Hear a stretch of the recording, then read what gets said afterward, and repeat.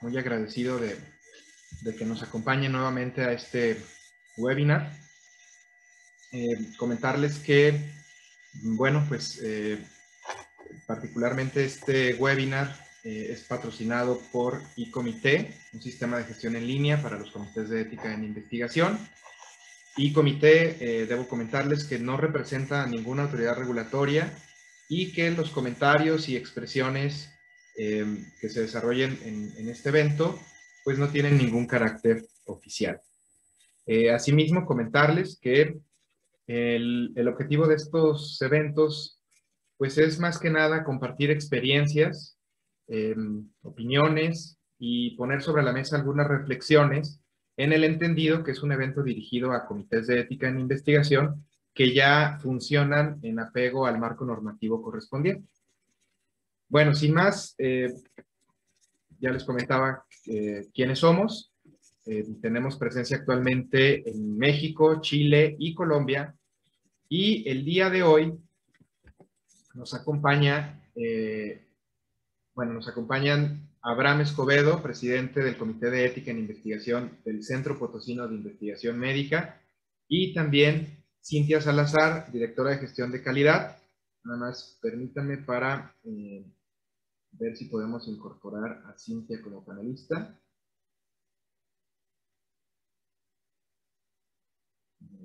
Parece que no la veo por aquí. Bueno, mientras podemos darle acceso a Cintia. No sé, Abraham, bienvenido, muchas gracias por estar aquí. Abraham, ¿nos podrías platicar un poco qué es CEPIM, qué tipo de investigaciones realizan, cómo están organizados? Sabemos que tienen comité de ética en investigación. Para nuestros amigos que están fuera de México, les comento que en México los centros usualmente tienen un comité de ética en investigación y un comité de investigación. Entonces, no sé si nos puedas platicar un poquito, Abraham, del centro y de los comités. Sí, muchas gracias, Arturo. Antes que nada, pues una felicitación por la organización de estos webinars. Creo que son bastante importantes y bastante relevantes para todos los que nos dedicamos a la investigación clínica. Y bueno, pues en ese sentido también agradezco la invitación a nombre del Centro Potosino de Investigación Médica. Vamos a ver si se puede incorporar la química. Cintia, ella nos va a hablar un poquito más del quehacer como tal del Centro Potosino de Investigación Médica, pero si no, yo lo abordo. En este caso, yo estoy al frente del Comité de Ética. Nosotros contamos con el registro de la Conbioética, de la autorización de la Conbioética, para poder fungir como este tipo de comités. En la regulación mexicana, cada centro debería de tener dos tipos de comités: los comités de investigación, que se dedican a evaluar los protocolos desde un punto de vista científico y de diseño clínico para la investigación, y los comités de ética, en donde se revisan todos los procedimientos y toda la realización y ejecución de estos estudios, poniendo siempre al centro la dignidad y la vida de los participantes que están dentro de estos protocolos. Y bueno, pues en ese sentido, nosotros hemos tenido una muy buena experiencia desde el CEPIM, que es como nosotros le decimos al centro, utilizando varias herramientas para la evaluación de los comités, y queremos resaltar que una de las herramientas más importantes que hemos tenido nosotros, pues es precisamente la plataforma de iComité. Esta plataforma a nosotros nos ha permitido facilitarnos el trabajo en todos los sentidos, ya que todos los módulos de esta plataforma tienen una serie de firmas electrónicas para poder dictaminar y evaluar cada uno de los protocolos de una manera en la que se sigue el sistema de calidad que tenemos en el centro. Ahora bien, al patrocinador le permite subir su documentación para los sometimientos sin necesidad de necesariamente tener una intervención con alguien del comité, sino de una manera automatizada. Se da además una notificación automatizada con todos con los correos que se tienen activos para los comités, y esto nos ha permitido eficientar nuestros procesos, que nosotros como comité a veces hemos tenido pues la tarea de evaluar varios protocolos en una sesión, y esto nos ha facilitado mucho el trabajo. Muchas gracias, Abraham. ¿Revisan proyectos de otros centros, no solamente los del CEPIM? Sí, así es. Nosotros, obviamente, nos debemos al CEPIM, al Centro Potosino de Investigación Médica, pero también hemos apoyado a otros centros que requieren la evaluación de sus protocolos, y para eso mismo es que hemos estado utilizando esta plataforma para que podamos también hacer más eficiente el apoyo que damos a otros centros y dar un seguimiento más puntual en todas las notificaciones, cambios de versión en los documentos, etcétera. Entonces, pues en este sentido, apoyamos a cualquier otro centro que a lo mejor no cuenta con comité, y nosotros podemos Muchísimas gracias. Bueno, tenemos algunas dificultades técnicas para incluir a la química Cintia Salazar. No sé, Cintia, okay, si puedas activar micrófono para confirmar si ya tienes acceso.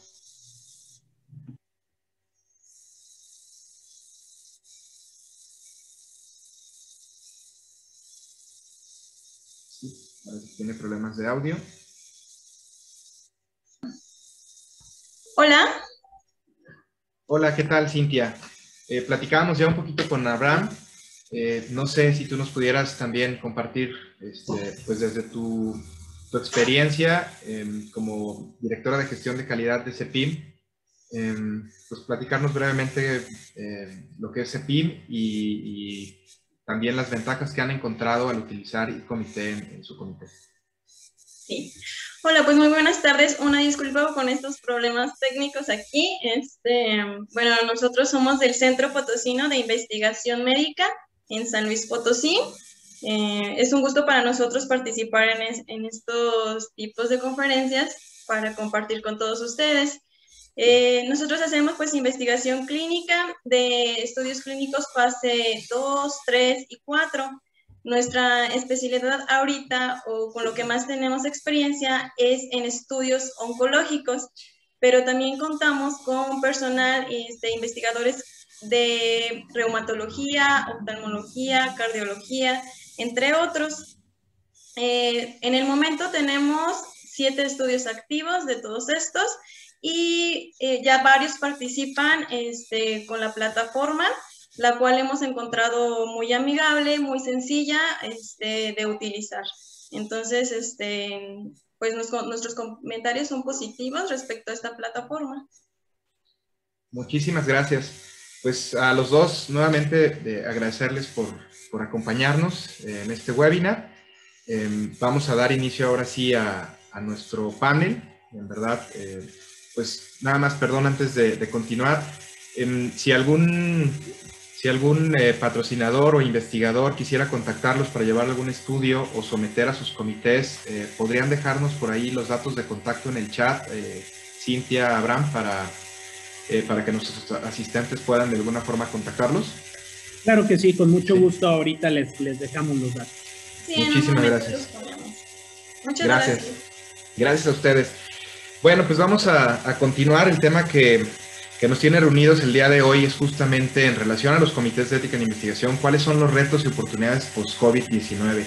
Digo, en todas las latitudes hemos sufrido ya los estragos del confinamiento, la dificultad para llevar a cabo reuniones presenciales y pues desde hace ya más de año y medio, digo, sabemos que esto todavía va para largo en la mayoría de nuestros países, pero después de un año y medio creo que esta situación ya ha dejado bastantes enseñanzas a los comités, particularmente desde la parte operativa, y justamente por eso es que decidimos organizar este evento con la intención de compartir experiencias de diferentes regiones, México, Colombia y Chile particularmente, y también desde diferentes cargos dentro de un centro de investigación o un comité para poder, como les decía en un inicio, poner sobre la mesa opiniones, experiencias y bueno, pues déjenme presentarles a nuestros invitados.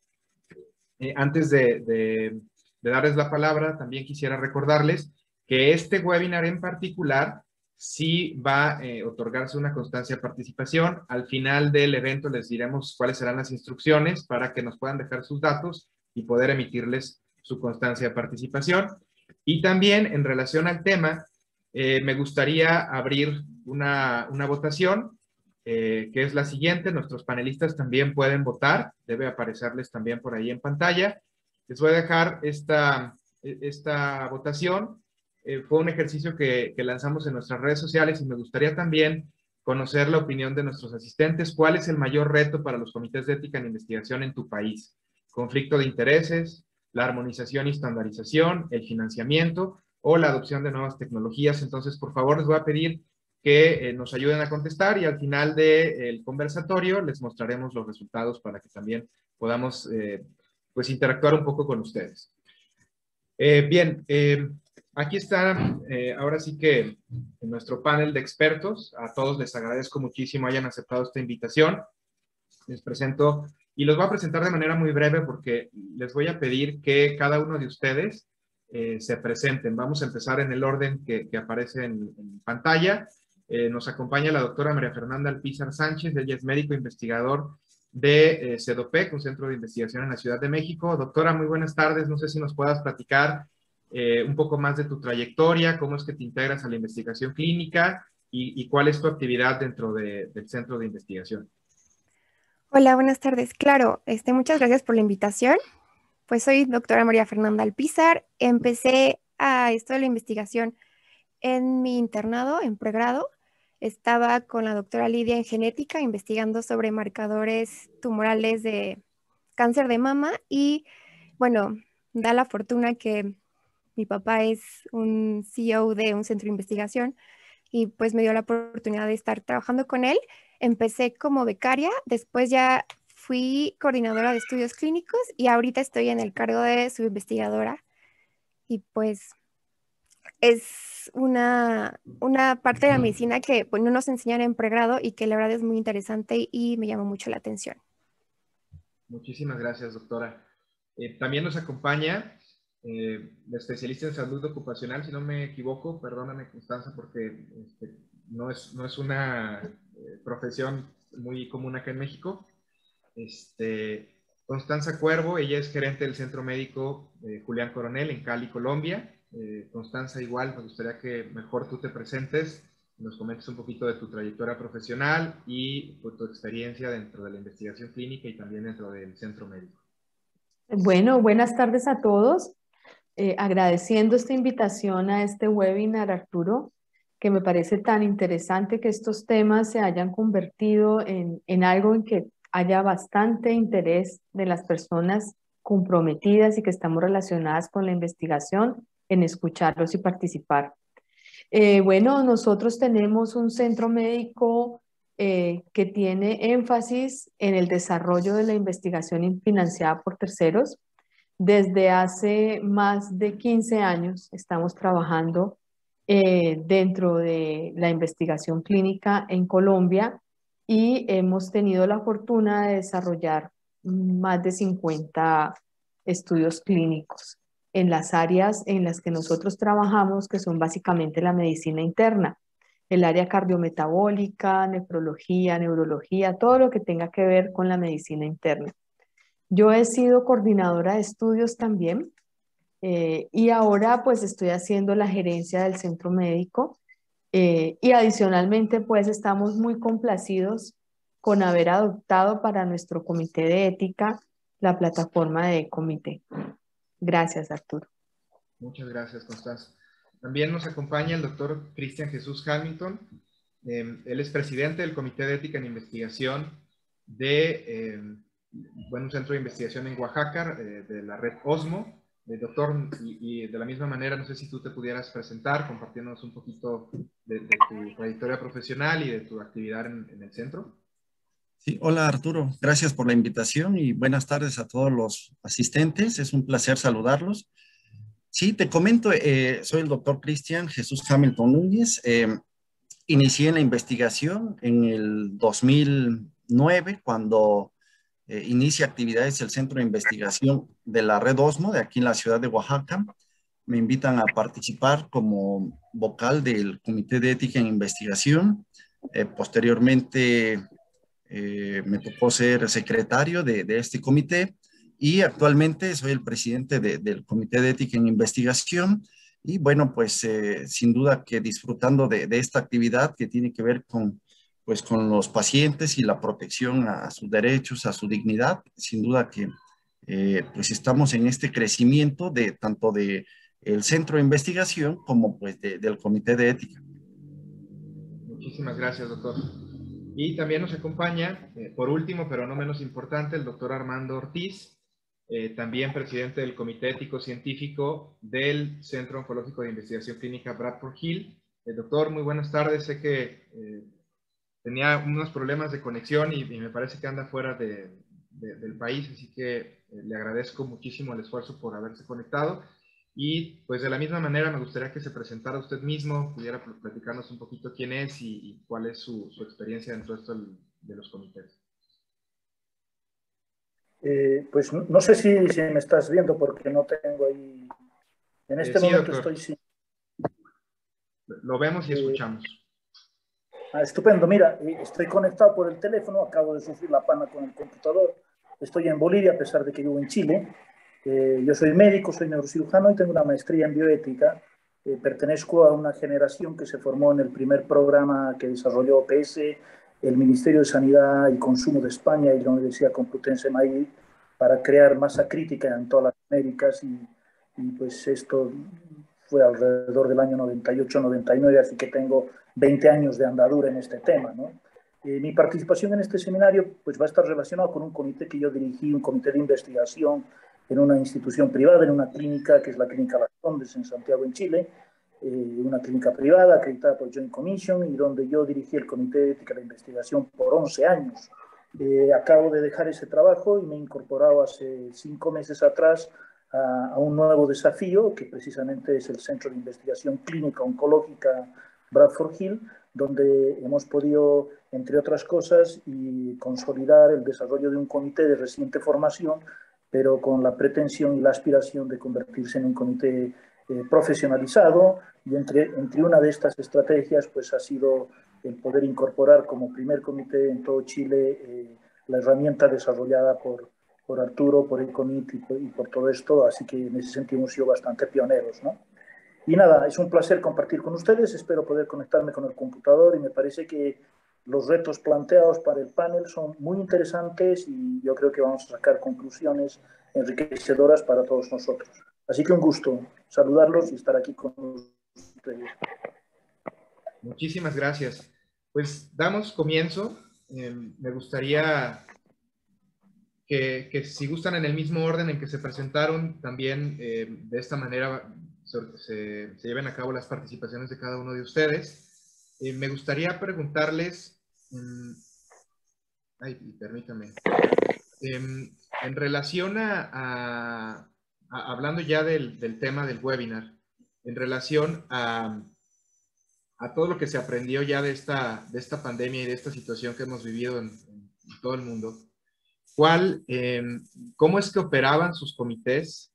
Y también, pues, ¿qué soluciones o qué procesos tuvieron que adecuar para poder seguir operando en medio de una pandemia como la que estamos todavía viviendo? No sé si nos pudieras platicar, doctora Fernanda, al respecto.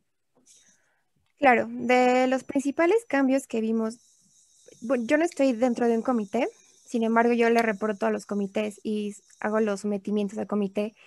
Y una de las cosas que sí tuvimos que cambiar es la parte electrónica y el sometimiento de desviaciones, que cuando llega la pandemia hay muchas desviaciones que se tienen que someter y rápido, sobre todo el envío de medicamento, que el paciente no iba a su consulta o porque ya estaba contagiado o porque en nuestro centro tenemos pacientes de alto riesgo, diabéticos, cardiópatas, que no podían asistir a la consulta, ya que pues era un mayor riesgo asistir a consulta que pues quedarse en casa y tener su medicamento posteriormente. Entonces se implementaron algunas estrategias, como llevar el medicamento a casa, los laboratorios en un centro más cercano a su casa. Y bueno, estos eran desviaciones al protocolo que teníamos que someter rápido. Y en lugar de hacer cartas que tuvieran que darse presencialmente, se empezaron a mandar ya con firma electrónica, que también es un poco complicado, al comité. Bueno, y también esperar la respuesta se hacía un poquito largo porque nos tenían igual que mandar la carta de aceptación y de recibido por forma física. Entonces todo se empezó como a cambiar un poco electrónico. ¿Y qué otras operaciones? Bueno, las partes de los procedimientos del protocolo, como los signos vitales, electrocardiogramas y todo eso se tuvo que hacer a domicilio, lo cual también implicaba como un riesgo para los clínicos del sitio. Pues tenemos que ir a una casa ajena a hacer estos procedimientos. No sabemos si los familiares o alguien o ellos habían estado expuestos al virus. Y bueno, eso también implicó un cambio en los procedimientos, sobre todo de bioseguridad. Y bueno, esta parte de adquirir una nueva forma de sometimiento o, por ejemplo, cuando nos llegaban nuevos protocolos, se hizo como se puede decir un chisme de que una persona de UPS, de los que nos traen los medicamentos y los papeles, se había contagiado por estar expuesta a una caja que estaba contaminada. El hecho de recibir una caja de cualquier vendor era desinfectarla desde que entraba a la puerta hasta que la teníamos en la sala, hasta que optamos mejor que los papeles nos lo mandaran por correo o por un CD, ya que tener las tres copias, bueno, que nos solicitaban los comités, pues era alto riesgo para el personal que estaba aquí laborando. Y bueno, prácticamente esos fueron como nuestros procedimientos que cambiaron. La documentación, tratarla de hacer más electrónicamente y los procedimientos a domicilio. Excelente, muchísimas gracias, doctora Fernanda. Constanza, no sé si nos puedes platicar también qué enseñanzas dejó la pandemia en los comités desde el punto de vista operacional en su centro. Bueno, en nuestro comité del Centro Médico Julián Coronel, lo que cambió fue radicalmente el tipo de reuniones. Nuestro comité se reunía 2 veces al mes, ¿sí? Y desde que empezó la pandemia se ajustaron a unas reuniones virtuales, las cuales los fueron enamorando y entendiendo que era una manera de trabajar mucho más fácil, quizás más cómoda, ¿sí? Y esto se unió en nuestro caso a la adquisición de la plataforma, lo cual permitió que hubiera como un giro hacia que todo ya se iba a manejar de manera digital. Facilitó también lo que estaba diciendo la doctora Fernanda ahora, que nosotros empezamos a informarle a los patrocinadores que nuestro comité recibiría toda la documentación de manera virtual. Y asimismo las respuestas. Entonces, eso fue como el mayor cambio que tuvimos, sintiéndonos muy cómodos con eso definitivamente. Muchísimas gracias. Doctor Cristian, en tu experiencia, ¿cuál ha sido la enseñanza que dejó esta pandemia en relación al punto de vista, o más bien a la operación dentro de los centros de investigación y los comités?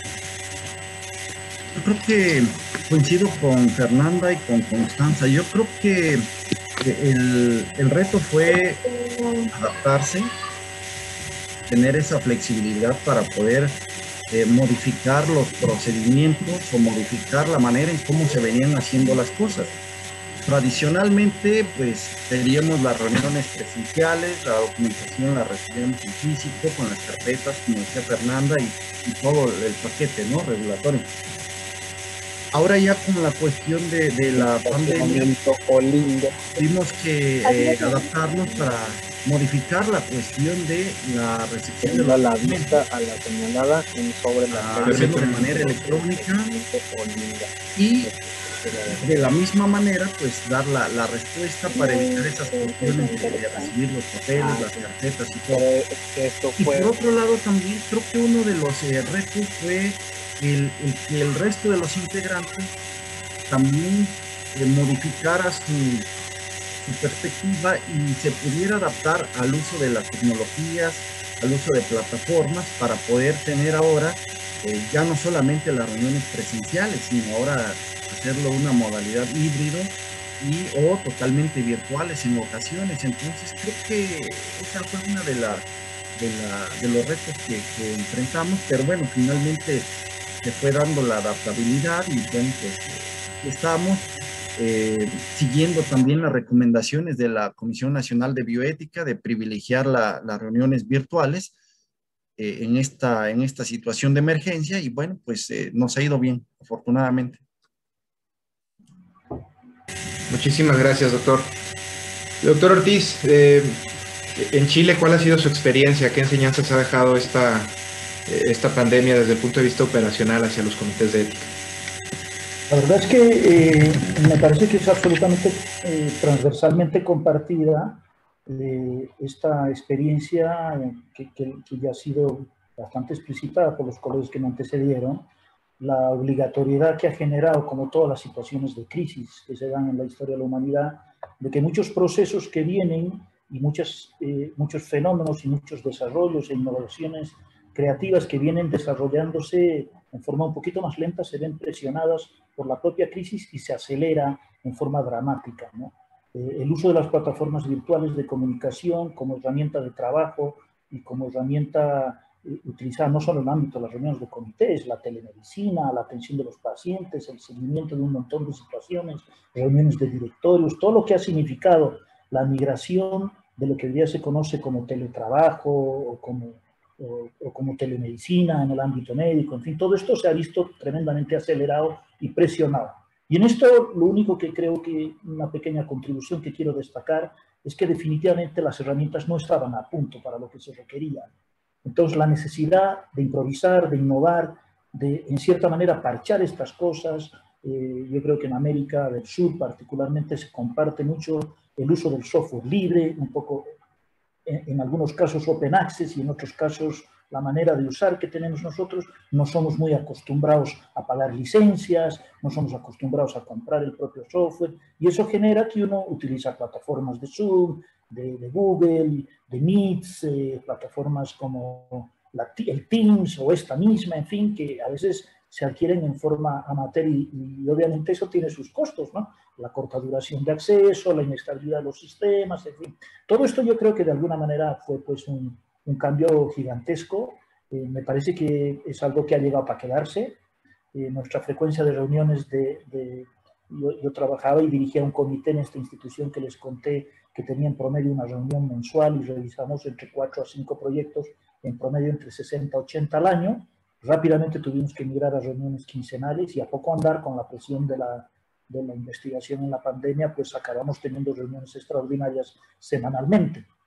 Y lo último es que esta pequeña idea, que como todas las ideas, cuando nacen siempre están llenas de sesgos, de pensar que el hecho de trabajar desde la casa o hacer el teletrabajo iba asociado a una mayor relajación y a un menor tiempo y a cierta comodidad. Hoy día todos yo creo que compartimos la idea de que hacerlo de esta manera es muchísimo más trabajo, requiere más esfuerzo, toma más tiempo y de alguna manera sin darnos cuenta uno está 3 horas haciendo el análisis de los diferentes proyectos y la reunión presencial más o menos por ordenamiento y tal no duraba más allá de 1 hora y media, ¿no?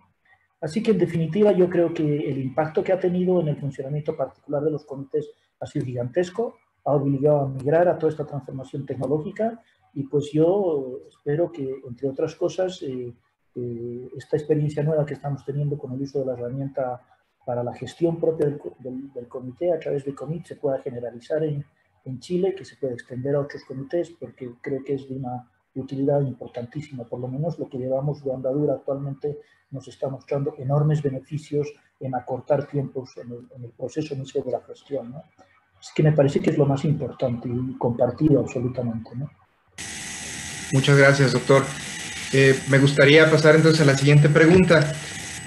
Desde el punto de vista ético, ¿cuáles consideran ustedes que han sido los mayores desafíos al revisar ensayos clínicos de COVID-19?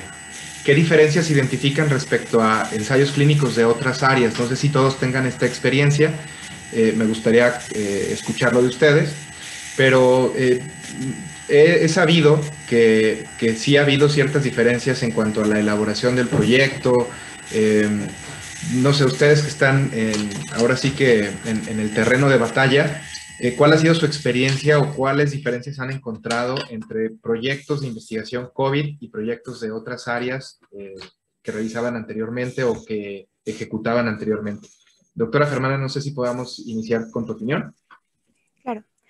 Sí, bueno, yo evaluaba los proyectos de forma de que yo hacía las factibilidades. Y si había unos proyectos que, además de pedir comité de ética, comité de investigación, se agregaba un otro comité que es el de bioseguridad.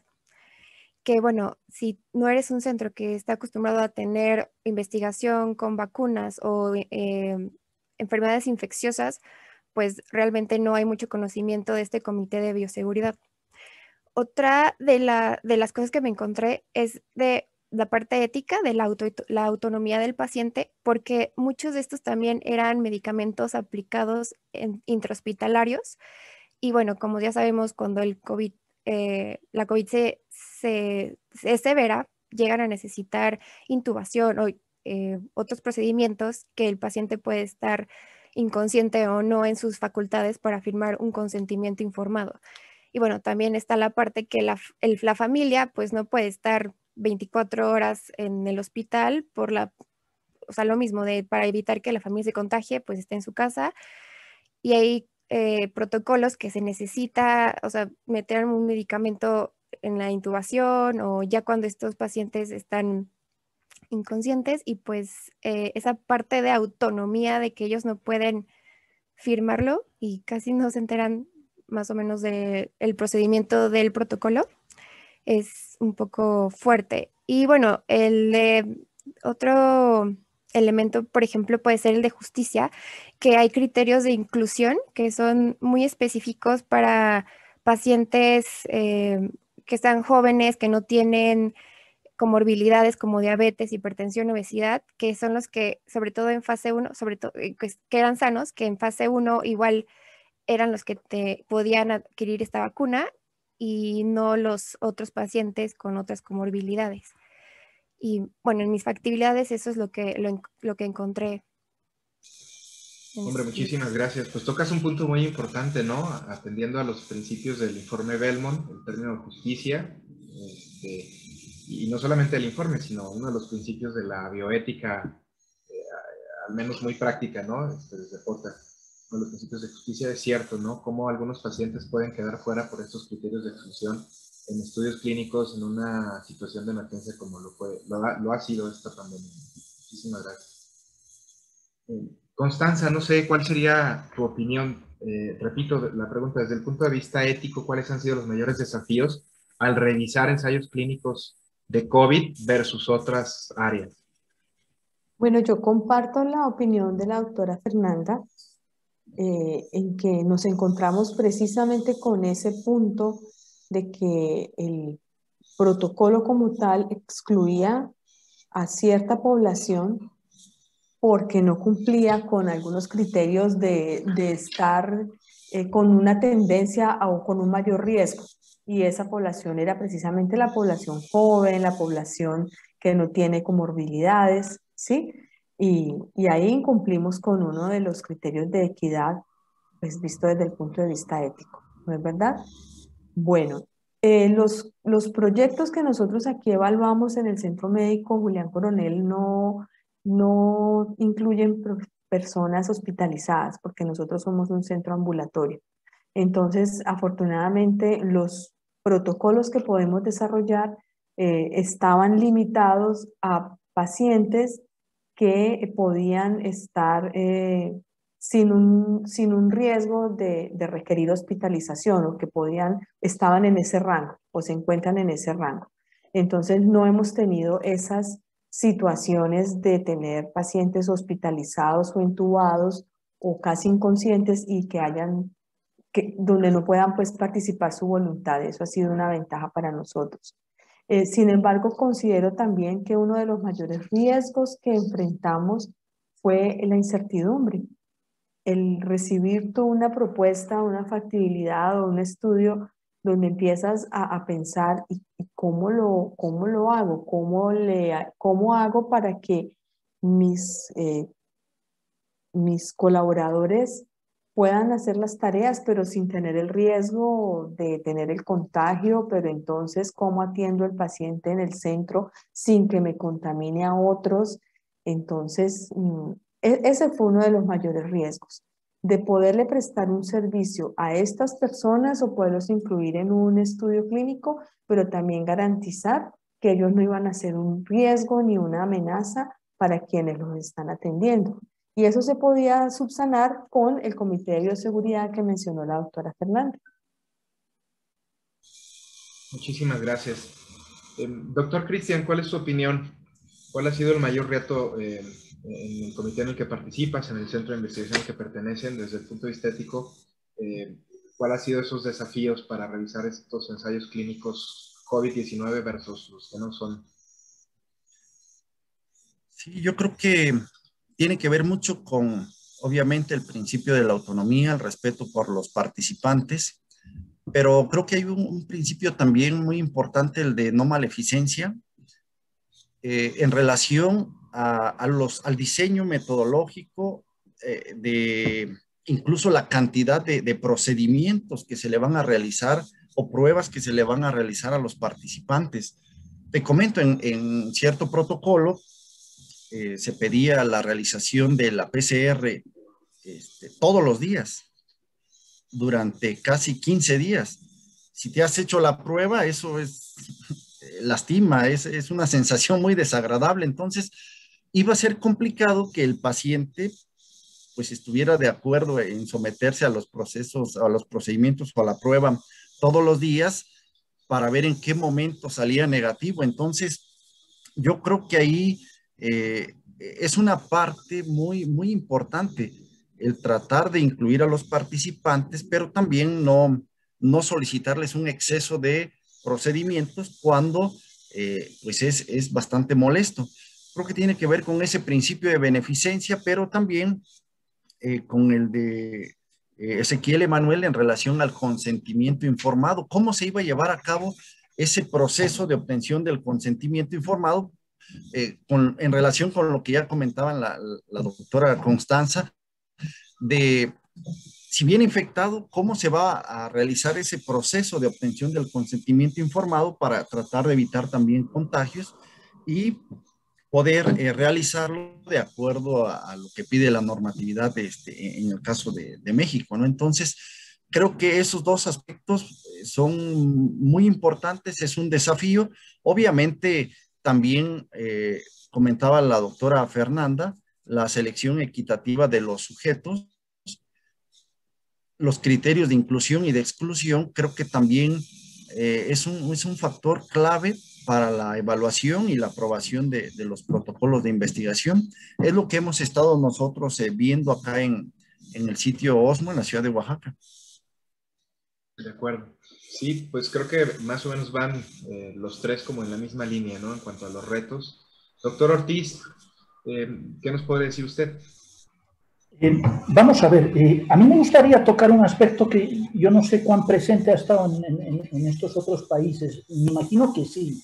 OPS, como organismo fundamental, tuvo un rol tremendamente activo en el tema de la investigación durante la pandemia, al punto tal que compartió herramientas, impulsó comunicación, realizó webinares mensualmente, y de alguna manera el mensaje que transmitía la oficina regional del programa de bioética de OPS en Washington era que había que investigar todo lo que se podía, que la investigación en pandemia era fundamental, urgente, necesaria, y había que hacerla de todos modos. El punto que entraba un poquito en conflicto era si esto había que entenderlo como lo estaban entendiendo los investigadores, que la urgencia de conocer, de poder establecer algunos datos que nos ayuden al combate de la pandemia, de poder obtener información valiosa para la toma de decisiones, de poder probar medicamentos, de poder, en fin, de poder conocer más sobre esta enfermedad que en las primeras olas tomó a todos absolutamente desprevenidos.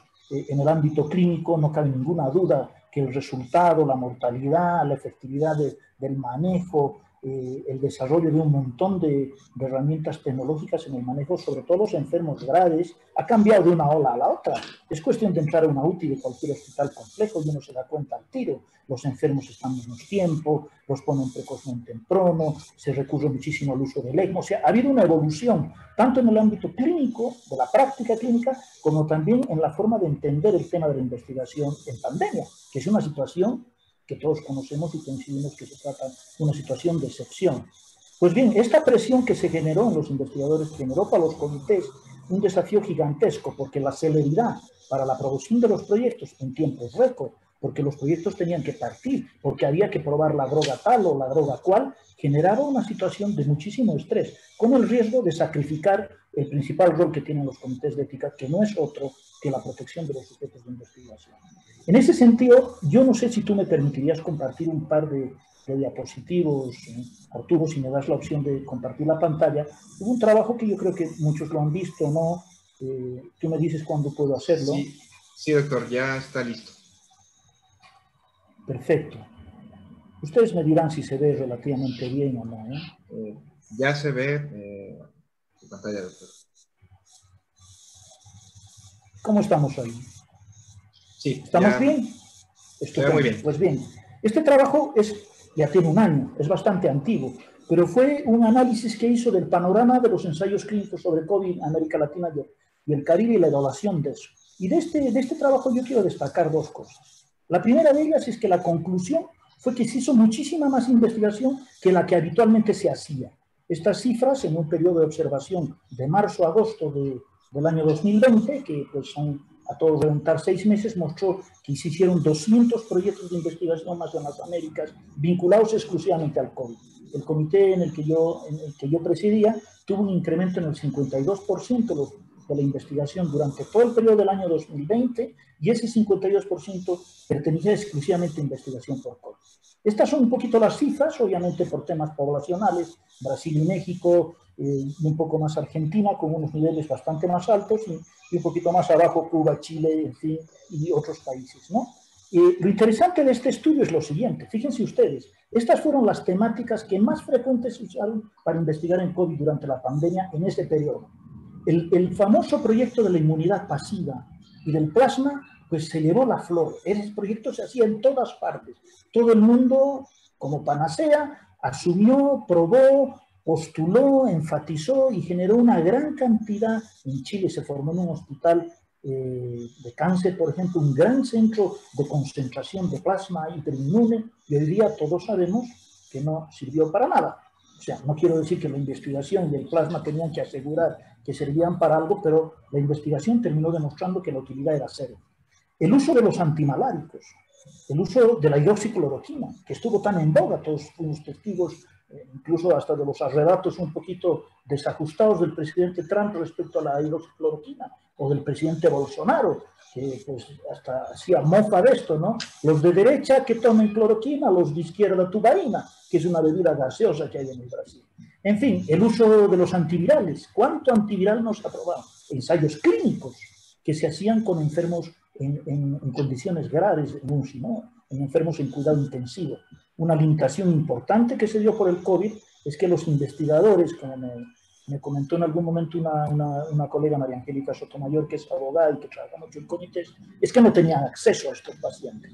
Solamente cuando el intensivista era al mismo tiempo que el clínico tratante investigador de algún proyecto, podía acceder a estos proyectos. los inhibidores de quinasa, las propias vacunas, digamos. Se hicieron 12 proyectos con vacuna. En nuestro centro en algún momento fue centro propuesto, pero finalmente no se llevó a cabo para hacer investigación con AstraZeneca. Y Chile, todos ustedes saben que ha sido el laboratorio para la vacuna china Sinovac, ¿no?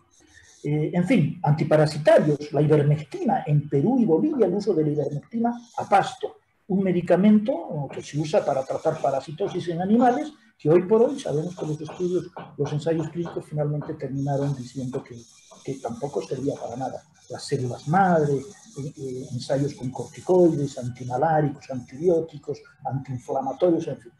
La conclusión de este estudio, y con esto termino mi participación en este segmento, es que la gran cantidad de investigación que se hizo en este trabajo fue investigación con poca rigurosidad desde el punto de vista del ensayo clínico. Mucha investigación observacional, intervencional, cortes, estudios de registros de pacientes, gran cantidad de investigación en las Américas, pero la conclusión de este panorama es que la calidad de esa investigación desde el punto de vista de aporte, desde el punto de vista de generación de conocimiento, fue absolutamente mínima en comparación con la cantidad de recursos, de investigación, de gente trabajando en todo este tema. Lo que no deja de ser una llamada de, me parece una llamada de atención interesante para ver de qué manera esto nos puede ayudar a plantear ciertas estrategias, que me parece que es otra pregunta que podremos abordar un poquito más adelante. La necesidad de que este tipo de actividad que estamos haciendo en este momento se cristalice en consolidar redes de cooperación verdaderas, eficientes y vinculantes que ahorren mucho de este trabajo que se va repitiendo en todas partes, ¿no? En Chile hemos vivido la experiencia durante la pandemia que el mismo ensayo se hacía pues, en más de 10 o 15 centros.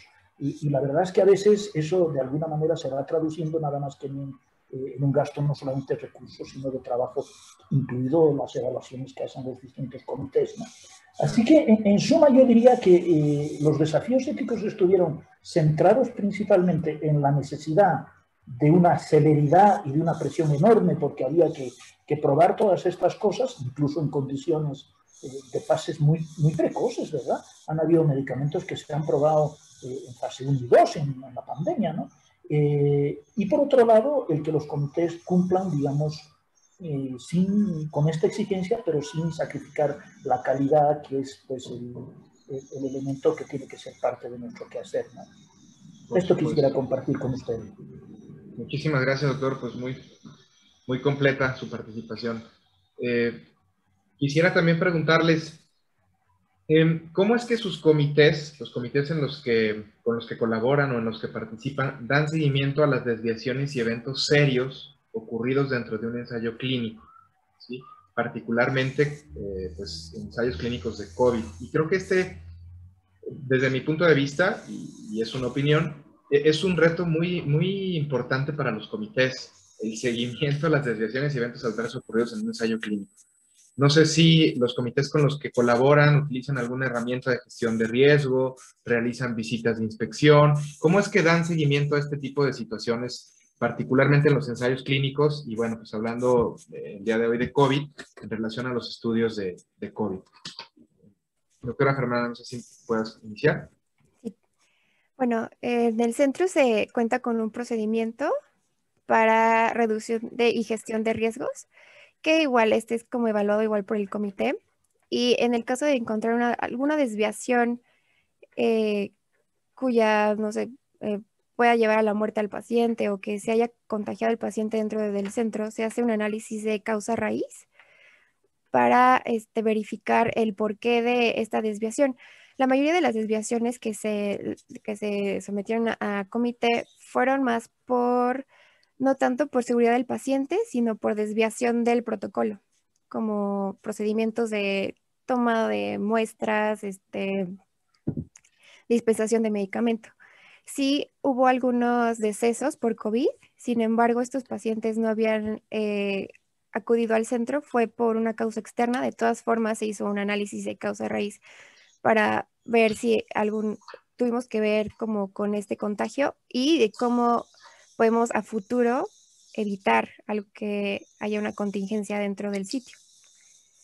Y bueno, también hay una inspección por parte de los comités hacia el investigador principal, y el investigador principal igual cuenta con un procedimiento para estar observando a los subinvestigadores y viendo que todos los procedimientos se lleven como deberían ser, siempre cuidando la integridad del paciente.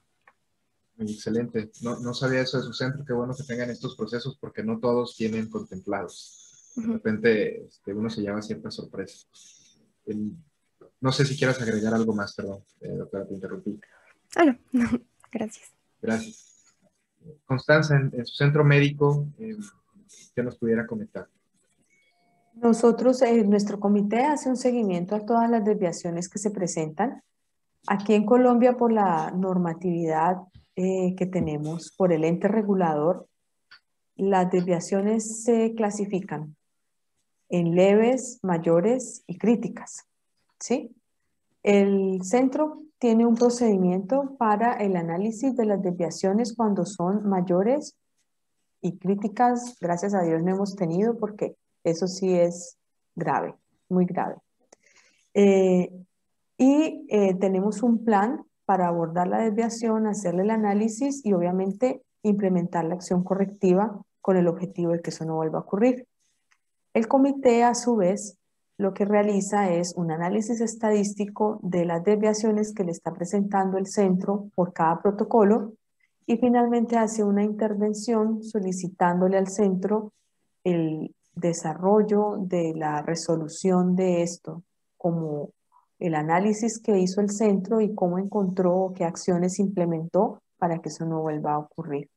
Además, también hace una visita, cuando el comité lo considera, hacen unas visitas o una especie de auditoría cuando ellos consideran que la desviación lo amerita al investigador o al protocolo que ellos eligen para hacer su revisión. De acuerdo, muchísimas gracias.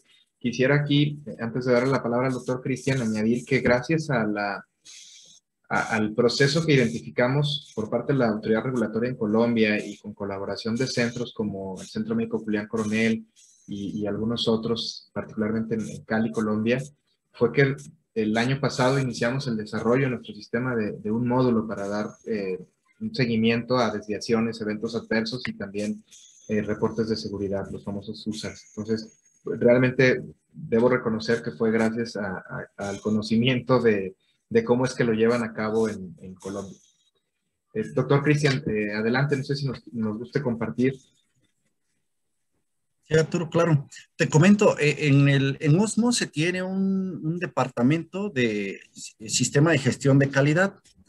Ellos tienen, pues como parte de sus funciones, hacer la clasificación de las desviaciones, hacer el análisis de causa raíz, implementar acciones preventivas, acciones correctivas, de acuerdo a cómo se vaya presentando la desviación.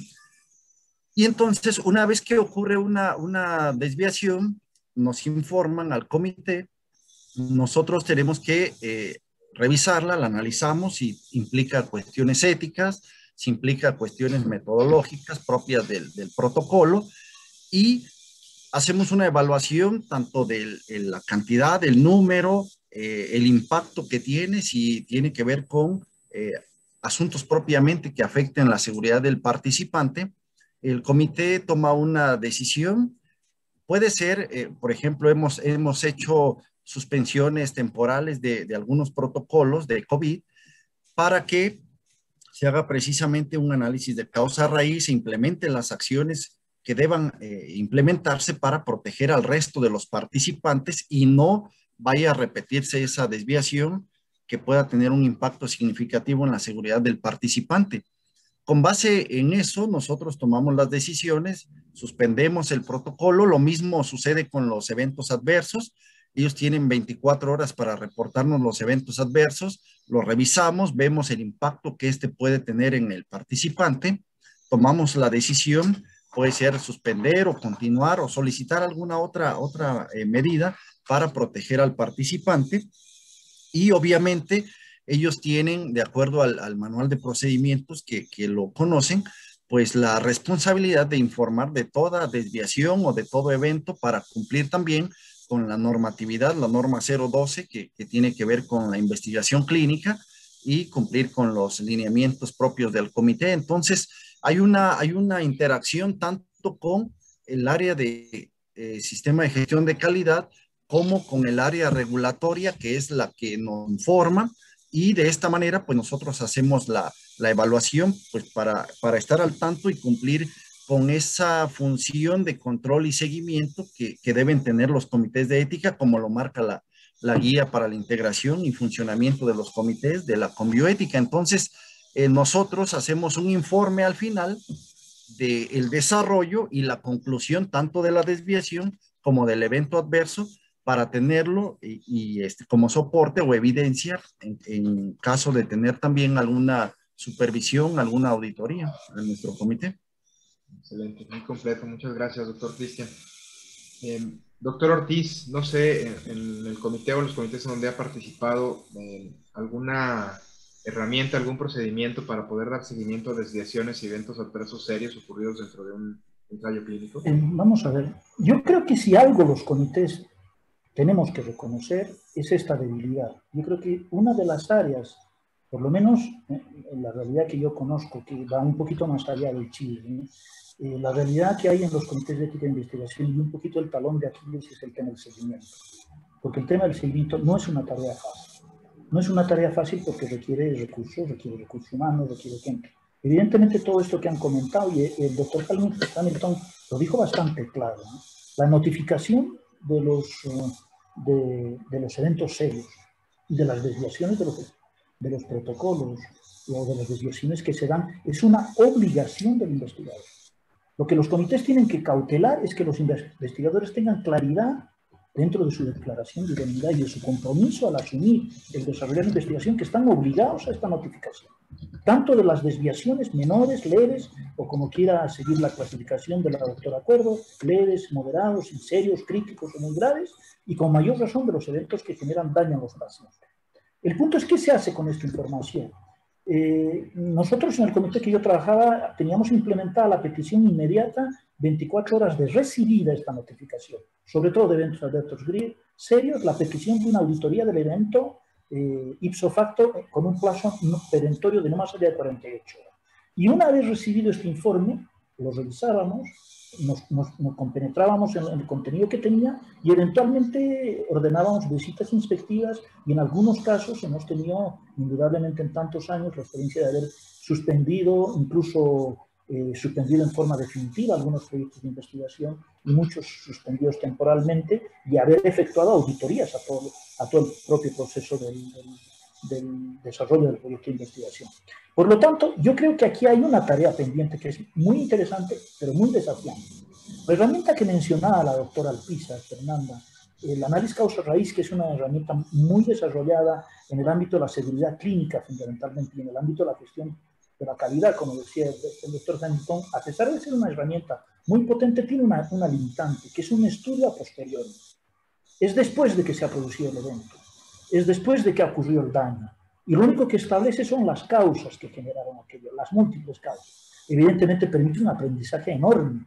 Es un proceso que no se hace en 2 horas. Necesita reunirse con todo el equipo, necesita un coordinador, necesita un experto en la metodología, porque es una metodología que tiene varios pasos que hay que cumplir si uno lo quiere hacer rigurosamente. Sin duda que un análisis causa-raíz es una utilidad.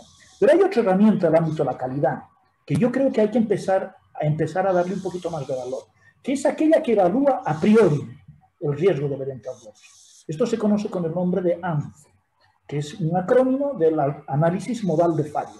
Es esto, intentar de ver en aquel proyecto de investigación cuya evaluación de ponderación riesgo-beneficio hace que la balanza se incline a riesgos un poquito desproporcionados, y que aún así el comité considera que el beneficio en conocimiento o la importancia de la investigación debiera ser susceptible de recibir nuestro apoyo. Me parece que en aquellas situaciones en las que uno puede prever un riesgo mayor que el mínimo, como se estila decir, riesgo más que el mínimo, más que moderado que el mínimo, uno debiera empezar a pensar seriamente en la posibilidad de usar esta herramienta en conjunto con los investigadores y tratar de establecer este análisis modal para intentar ver dónde podrían ponerse producirse nodos en el proceso de desarrollo de implementación del proyecto y tratar de adelantarse en forma a priori para prevenir el evento adverso serio. Un evento adverso serio que sucede genera daño y el daño es irreparable. Podrá ser involuntario, podrá ser sin ningún dolo, pero cuando se produce daño es un daño que no tiene vuelta. El daño es daño, ¿verdad? Y no hay daños que sean, hay muchos daños, quiero decir más bien, que son evitables. Y por lo tanto yo creo que ahí hay una tarea importante. Por lo menos en Chile yo no tengo referencia de que se haya implementado y desarrollado al nivel que pareciera deseable hacerse. Y creo que, como dije al principio, la tarea de seguimiento, a pesar de que se hacen, de que no tiene ciertas regulaciones y cierta normativa, me parece que es de las más escuálidas en las que desarrollamos el trabajo como comités de ética de investigación. Muchas gracias, doctor. Doctor Cristian, ¿gustas añadir algo? Sí, totalmente de acuerdo con el doctor Armando.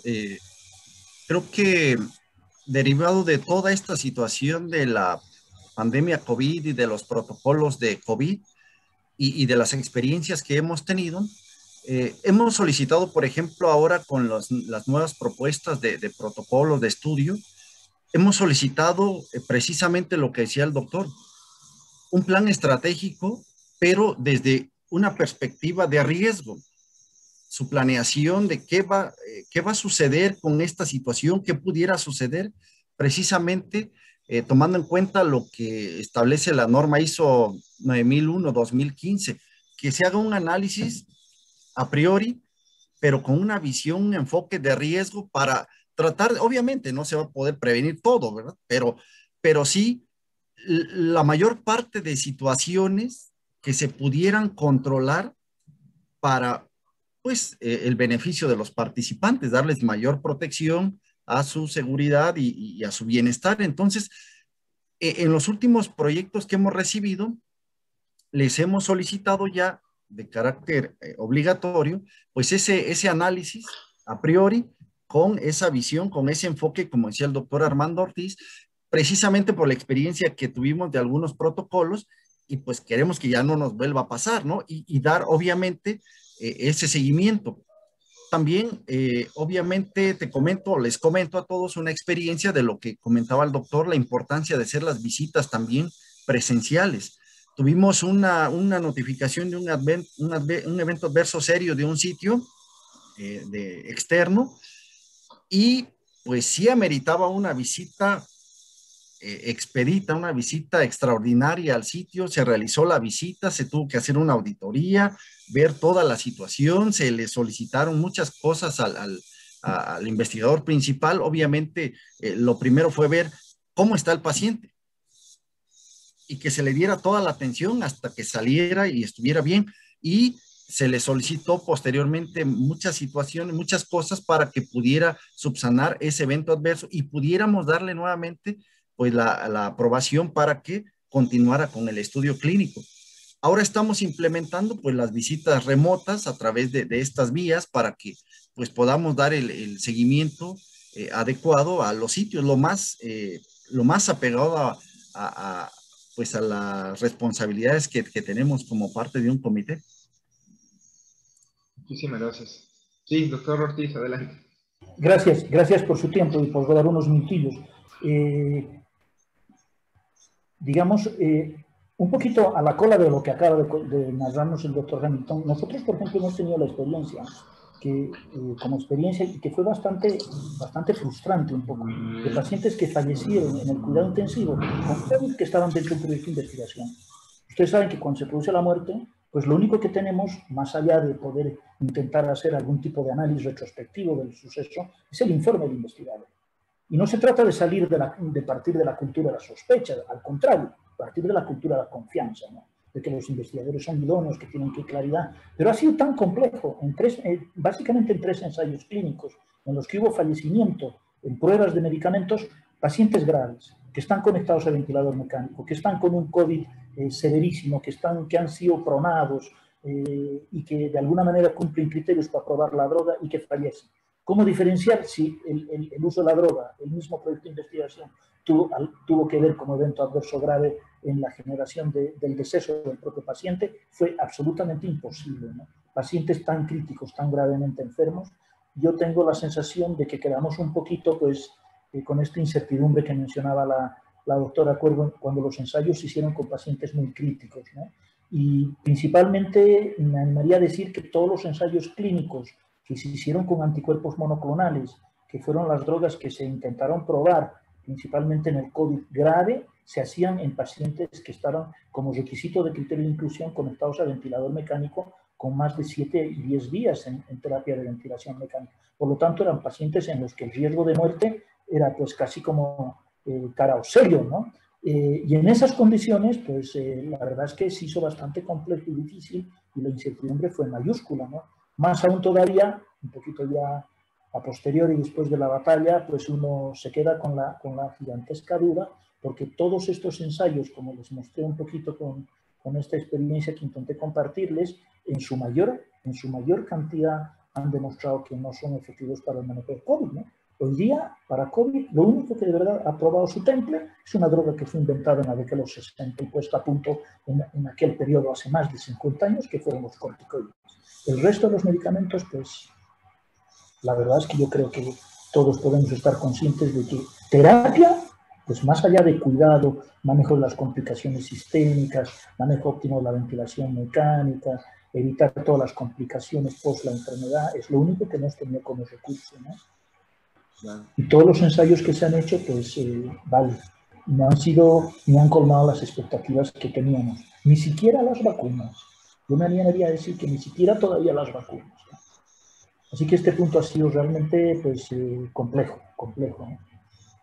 Sí, digo, creo que muchos se han alzado el cuello hablando de nuevos desarrollos, investigaciones, descubrimientos alrededor de COVID, pero como ha venido comentando a lo largo del webinar, pocos realmente efectivos, ¿no? O con un carácter y un rigor científico como debiera ser, no se diga ético.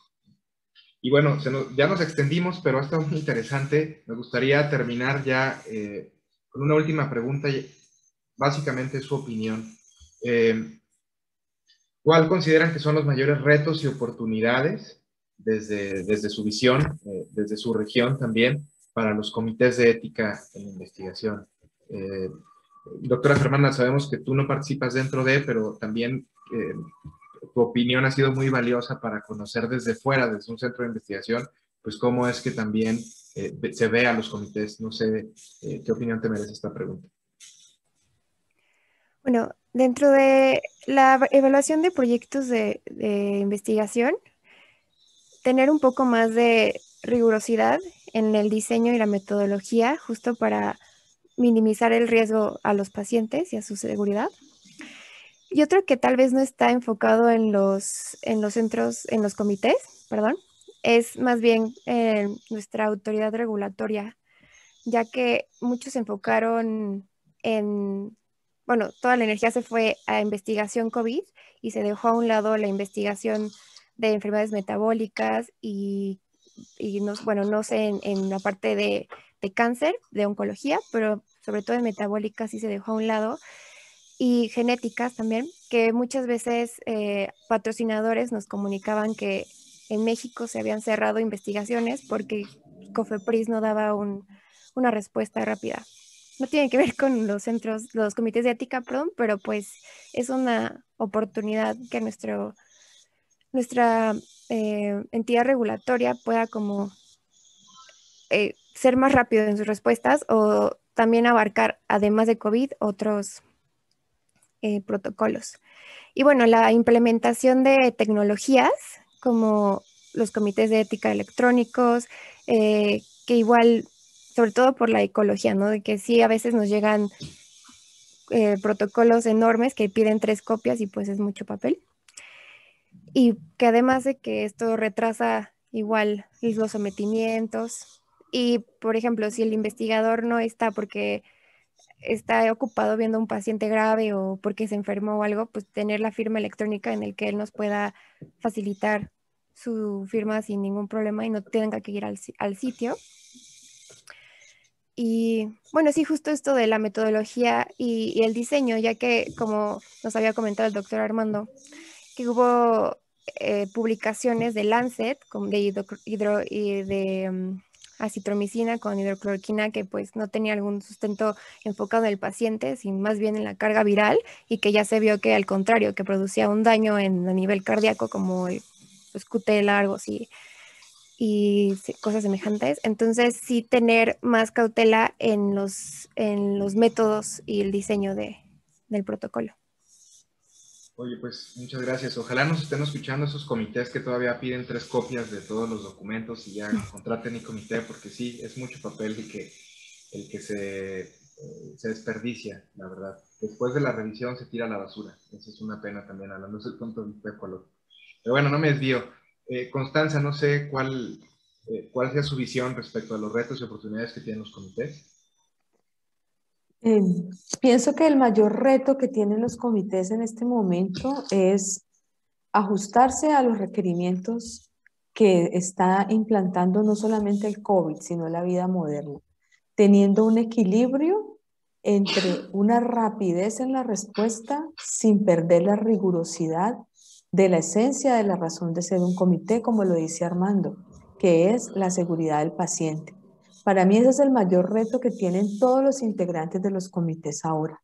No pueden quedarse en una manera lenta y, digamos, paquidérmica de evaluación, pero tampoco pueden llegar a ser demasiado prontos en sus aceptaciones. Entonces creo que es una tarea de verdad muy delicada, porque es una línea muy fina entre la rapidez y la exigencia de lo que tiene que salir ya, o si no sucede lo que está diciendo Fernanda, cuando se abre el estudio en el país, pues ya se cerró. Pero tampoco pueden llegar al otro extremo de aceptar todo en aras de la rapidez. Para mí ese es el mayor reto que tienen y bueno, para esto nos va a servir cosas como la plataforma, que disminuye el tiempo de trabajo, acelera las respuestas, pero pues ellos tienen también que ajustar sus procedimientos para lograr este objetivo fino y real. Muchísimas gracias. Doctor Cristian.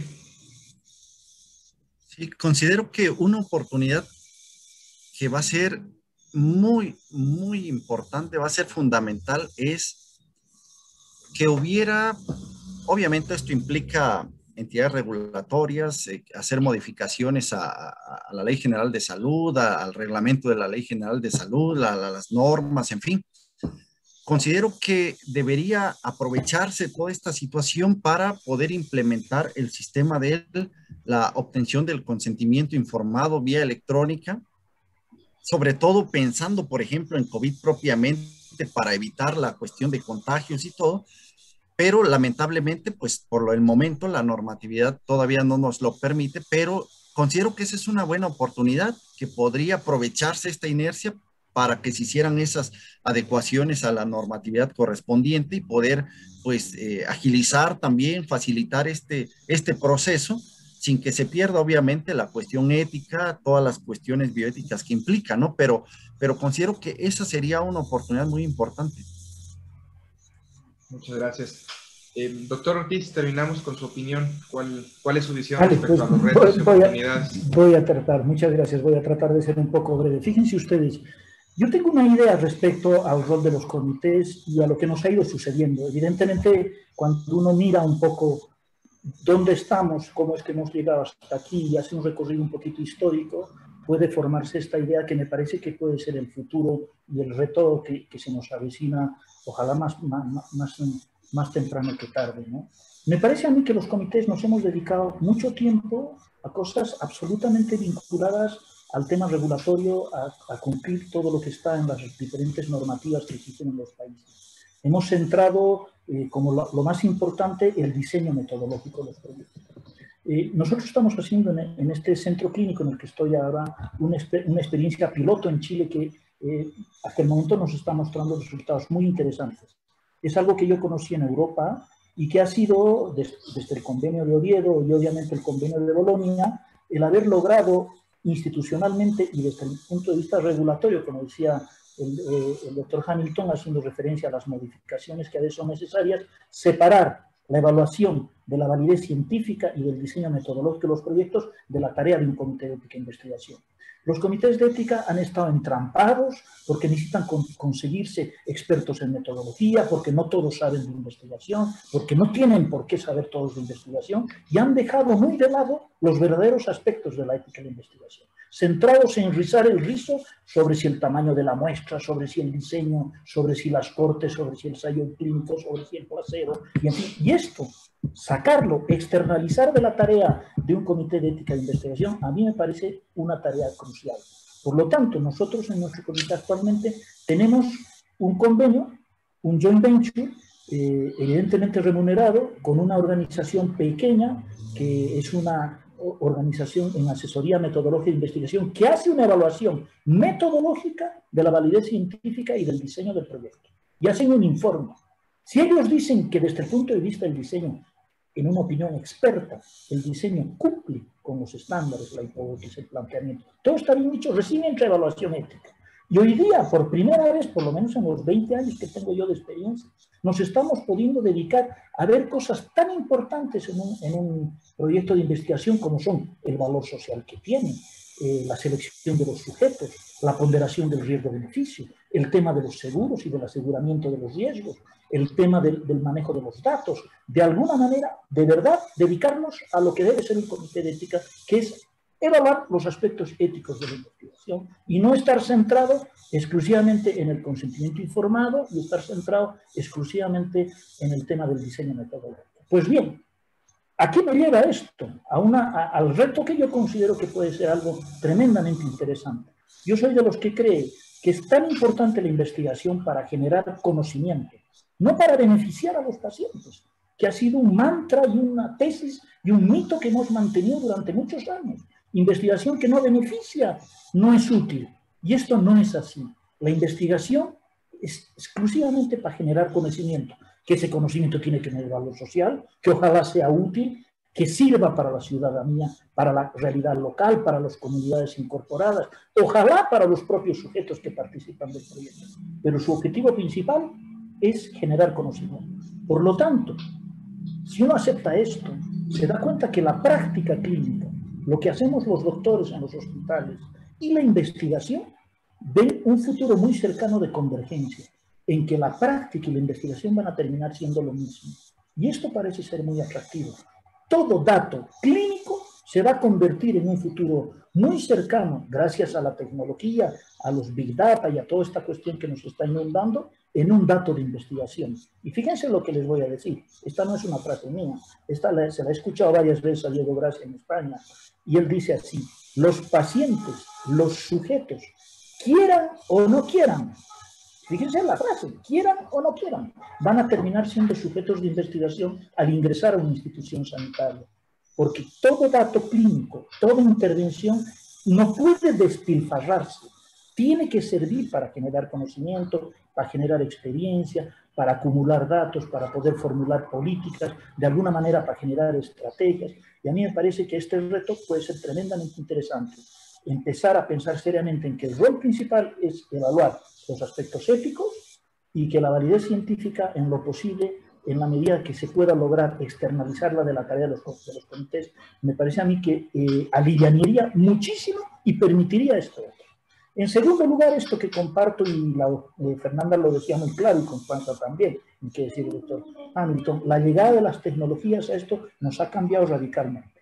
La gestión del proceso de evaluación, el acortamiento de estos tiempos para darle esta celeridad de la que hablaba Constanza, me parece que es fundamental. Y en esa línea, yo creo que hay que empezar a hacer esfuerzos serios en los países, localmente, y ojalá en el mediano plazo, incluso en toda Latinoamérica y el Caribe, por esto que compartimos la propia lengua, la generación de redes de cooperación, de compartir, de poder de alguna manera migrar y recibir información y poder hacer que los procesos de evaluación y el seguimiento de todos estos proyectos sea muchísimo más integral, ¿no? En Chile tenemos un futuro deseable, esto del debería, ¿no? Así como todos creen que va a haber algún día la ciudad de Dios, pues pensamos que en algún momento habrá una plataforma única que reúna a todos los comités, y donde se puedan depositar todos los proyectos, y cualquier miembro de un comité de investigación debidamente identificado, con una autorización, con clave y tal, pueda acceder a ver las evaluaciones que se han hecho en otros comités, ¿no? Esta suerte de hermetismo en el que estamos sumidos, en no compartir y no gestionar el conocimiento de alguna manera. Hoy día el conocimiento, que es el capital del siglo XXI, ya no puede estar en los archivos, ya no puede estar en las bodegas, ya no puede estar en los cajones. Tenemos que compartirlo porque es la única manera de avanzar en lo que más nos interesa, cuidar la salud de nuestros ciudadanos, de nuestros conciudadanos, de nuestros países, de nuestros pueblos y, en definitiva, de darles a ellos la mejor calidad de vida posible, ¿no? Así que yo todavía soy un esperanzado y veo con cierta motivación, con cierta esperanza el futuro. Pienso que los comités tienen por delante muchísimas tareas y yo abrigo la esperanza de que estos encuentros puedan ir generando lazos de cooperación y vínculos que nos enriquezcan mutuamente, ¿no? Y pues agradezco el tiempo y la escucha a estos comentarios. Muchas gracias. Gracias a todos nuestros invitados. La verdad es que muy valiosas todas sus aportaciones. Por temas de tiempo, no nos será posible dar espacio salvo a 2 intervenciones de nuestros asistentes. Antes de... me gustaría mostrarles los resultados de la votación que realizamos. Bueno, creo que hubo poca participación. La realizaremos en otra ocasión. No, aquí están ya mostrándose los resultados, perdón. Perdón, es que estaba todavía olvidé lanzarla hace un momento, entonces me confundí, pensé que estábamos en ceros. Quedan 20... Bien, bueno, pues ahí tienen ustedes los resultados. Nuestros asistentes opinan que actualmente, pues me parece que una de las principales problemáticas es la adopción de tecnologías, la armonización, estandarización, financiamiento, conflicto de intereses, y me parece que durante la charla salieron otros retos que no están considerados en la encuesta, sumamente interesantes: el seguimiento, la evaluación de los riesgos y pues darle un equilibrio al rigor científico, a la revisión científica versus la evaluación ética también, ¿no? Que fue un tema que se tocó. Aquí están los resultados, ustedes los pueden, los vamos a mostrar. Y no sé si los están viendo, ahí están ya los resultados. Perfecto. Para concluir, bueno, le vamos a dar la palabra rápidamente. Digo, ya nos extendemos mucho el tiempo, pero está muy interesante, entonces me voy a permitir, si los invitados no tienen inconveniente, en abrir a Ana Aragón. Te abrimos micrófono, Ana Aragón.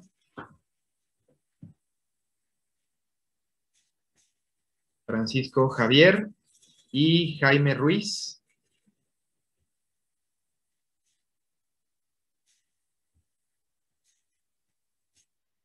Y era Ana Aragón, no sé si tengas problemas con tu audio.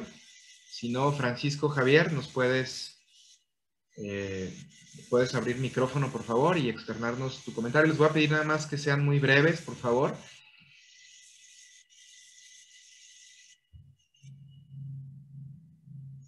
Francisco Javier, ¿no? Probablemente la levantó por error. Jaime Ruiz, no sé si quieras abrir micrófono, ya tienes posibilidad para abrir micrófono y externarnos tu comentario. Jaime Ruiz.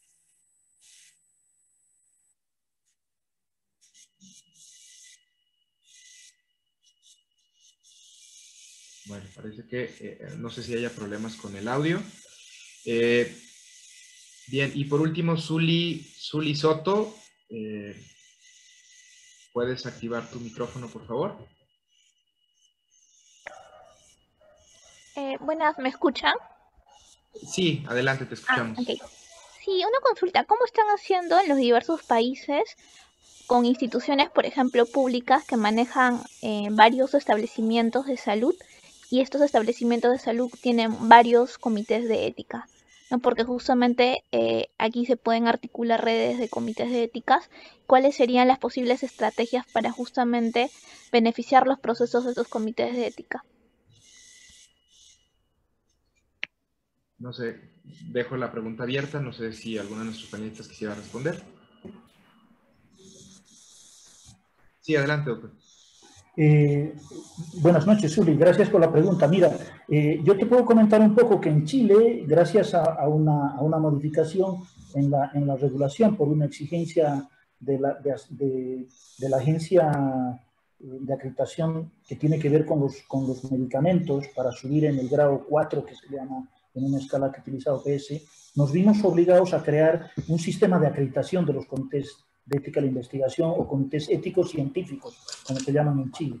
Por lo tanto, hoy día la reglamentación en Chile permite que un proyecto que haya sido evaluado por un comité ético científico acreditado, dicho proyecto tiene autorización para ser ejecutado en un centro distinto, con la única salvedad de que el director de ese centro, en este caso el director médico o el representante, la autoridad, digamos, directiva del centro donde se va a ejecutar ese proyecto, que ha sido autorizado por otro comité, esté de acuerdo y dé su anuencia y que considere que las condiciones de su centro permiten que el proyecto se ejecute. Evidentemente, el uso de esta posibilidad ha sido bastante lenta, pero por lo menos en la teoría y en la norma está establecido que teniendo comités de ética acreditados sería suficiente la evaluación de un proyecto por uno de estos comités que, dado que está acreditado, cumple con unos estándares mínimos para su funcionamiento y por lo tanto permitiría que el proyecto se ejecute en cualquier centro a lo largo de todo el país. Esta es un poquito la cuestión teórica. Insisto un poco que en la práctica está tomando un poquito más de tiempo y siempre resulta que el director del centro prefiere que también su comité lo ve, pero generalmente termina siendo una revisión expedita. Y de esta manera no se repite el proceso, ni se pierde tiempo en la gestión y tampoco se gastan recursos, hora, trabajo, en fin, qué sé yo, ¿no? Esto es lo que yo podría comentarte desde la experiencia chilena. Muchas gracias, doctor. No sé si alguien más tenga algún comentario. Bien. Bueno, pues también le damos gracias a todos nuestros asistentes. Tenemos asistentes de México, Colombia, Chile, Argentina, Uruguay, Perú. Muchas gracias a todos por acompañarnos en este evento. Les recuerdo que al terminar el evento aparecerá en su pantalla un cuestionario muy breve que básicamente es para que nos dejen su nombre completo y el correo al que desean que dirijamos su constancia de participación a este evento. Entonces les voy a pedir por favor que al terminar nos ayuden a completarlo para poder generarles sus constancias y también invitarlos a nuestro próximo evento. Si hoy estuvo, la verdad, excelente la participación de todos nuestros invitados, el siguiente también en la misma línea nos acompañará el doctor Carlos Adrián Peñalosa, quien estará hablando de los mínimos indispensables que debe tener, los requisitos mínimos indispensables que debe tener un centro de investigación para poder llamarse así. Será muy interesante. Les recuerdo, está dirigido hacia los comités de ética para que los diferentes comités puedan realmente evaluar y analizar si lo que están evaluando o revisando de un centro de investigación es suficiente para aprobar o no un ensayo clínico. Y bueno, pues sin más, de nuevo darles las gracias a nuestros invitados. Muchas gracias por su participación, por compartir con nosotros. Muchas gracias a todos los asistentes.